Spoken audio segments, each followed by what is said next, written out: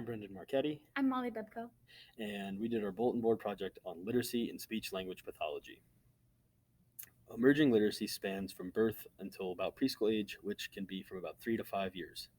Children of these ages are surrounded by picture books, written sentences, and more early literacy activities to help them learn and grow. In terms of risk factors, physical conditions, developmental disorders, and speech language disorders can all play a part in determining whether or not a child might have a literacy disorder. Warning signs include persistent baby talk, poor phonological awareness, and or letter recognition. Early intervention is critical to ensure that they have good literacy development. When talking about written versus spoken language, speech is the foundation for success in reading and writing. So if speech development is delayed or disordered, it is likely that reading and writing will be as well. When discussing scope of practice, many may not think of an SLP providing intervention for a child with a literacy disorder, but it is within our scope of practice, as we can assess a child's reading and writing abilities and provide intervention if or as needed. In terms of emerging literacy, we have a chart in the middle bottom with some important language milestones. And as you can see, as the child ages, it becomes less of a passive activity and more of an active activity.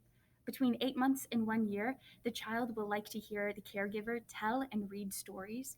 And by the time the child is 5 or 6, the child will learn syllable segmentation and will be able to name alphabet sounds as well as the numbers 1 through 10.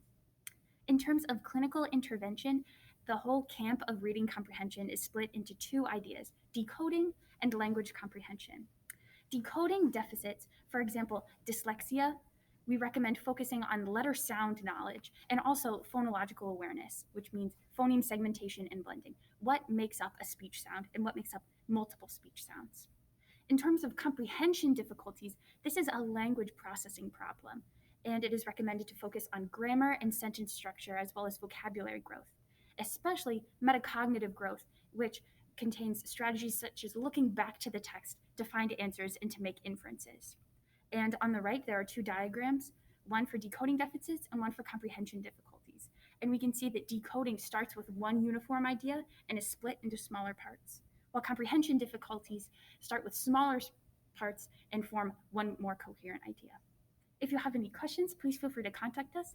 And we also have all of the sources on the bottom right of our bulletin board. Thank you. Thank you for watching. That